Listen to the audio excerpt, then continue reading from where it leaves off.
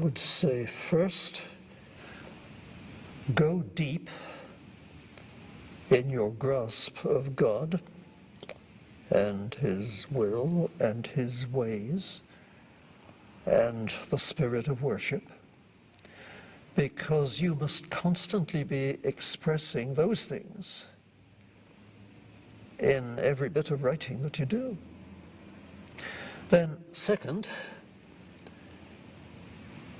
understand, as preachers also have to understand, that it's as important that you communicate with people as it is that you set before them truth and wisdom from the Word of God. There are writers who think that simply by crisp, orthodox formulations of Bible truth and wisdom, without any searching application to the reader, they are fulfilling the role, the full role, of a Christian writer, and that nothing more is required of them. That I do not believe to be so. There are enough people around already who can verbalize orthodoxy on paper. What we haven't got is writers who can blend, or join, shall I say, who can join truth and wisdom about God from the Scriptures with personal communication, that is, communication that hits the heart, that makes you realize that this writer is a person talking to other persons. That this writer is trying to search me in order to help me, and I must let him do it. There is a certain art, or shall I say a certain craft, or perhaps I should use both words. There is a certain art and craft in writing in such a way that it gets to the reader's heart. I think that sometimes God has enabled me to do that in things that I've written. It isn't accident. I mean, it's something that I've been trying to do, and shall go on trying to do. And so I would say to my budding writer, now this is a craft you must learn. Journalists have it, except that journalists usually stay on the surface of things. But journalists are skilled in making readers feel, oh, this chap is chatting to me about what he's telling me. It's personal communication.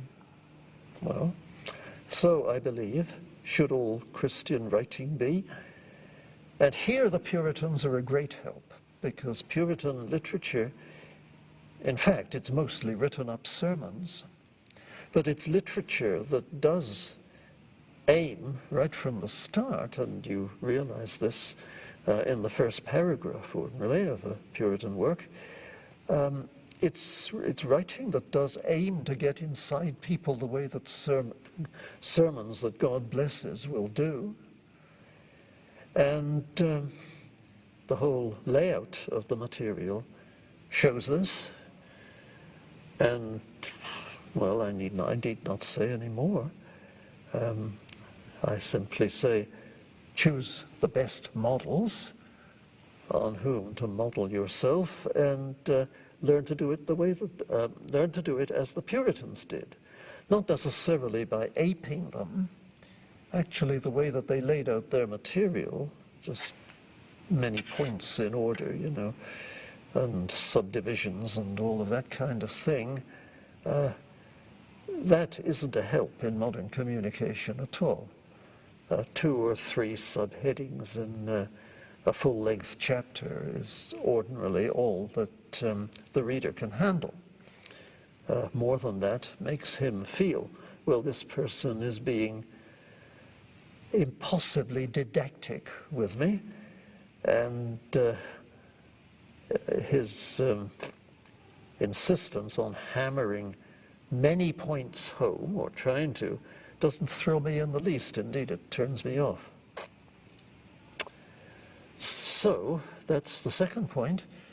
Learn to write for people. That is, learn to write in a way that people will appreciate. The modern writer, I think, who does this best of all, and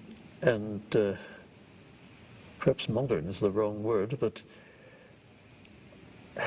read the written publications of J.C. Ryle, first Bishop of Liverpool at the end of the 19th century. J.C. Ryle was a wonderful communicator. Most of his work is written up sermons, but even when he's just doing historical studies and not writing sermons at all, he never lets the reader off the hook. Always you feel he's talking to me. Again, his idiom is very 19th century. I'm not saying imitate that. But see what he's doing with words to get into the mind and heart of his readers. And then do that in 21st century terms. Third thing I would say to my budding writer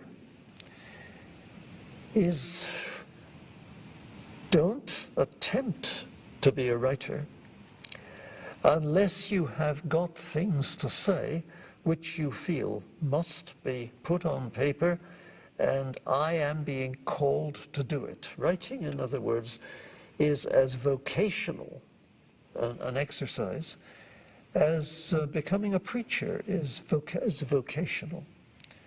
You sense a calling from God to do it. And the writer who doesn't have a call from God to do it, however much skill he or she may have in the technical side of writing, will pretty soon bore the reader and make the reader feel this stuff is shallow. I don't need to read it, I can get on without it. I would put that as a challenge to the would-be writer. Make sure that what you're writing is important stuff from God, which God himself is urging you to get down on paper.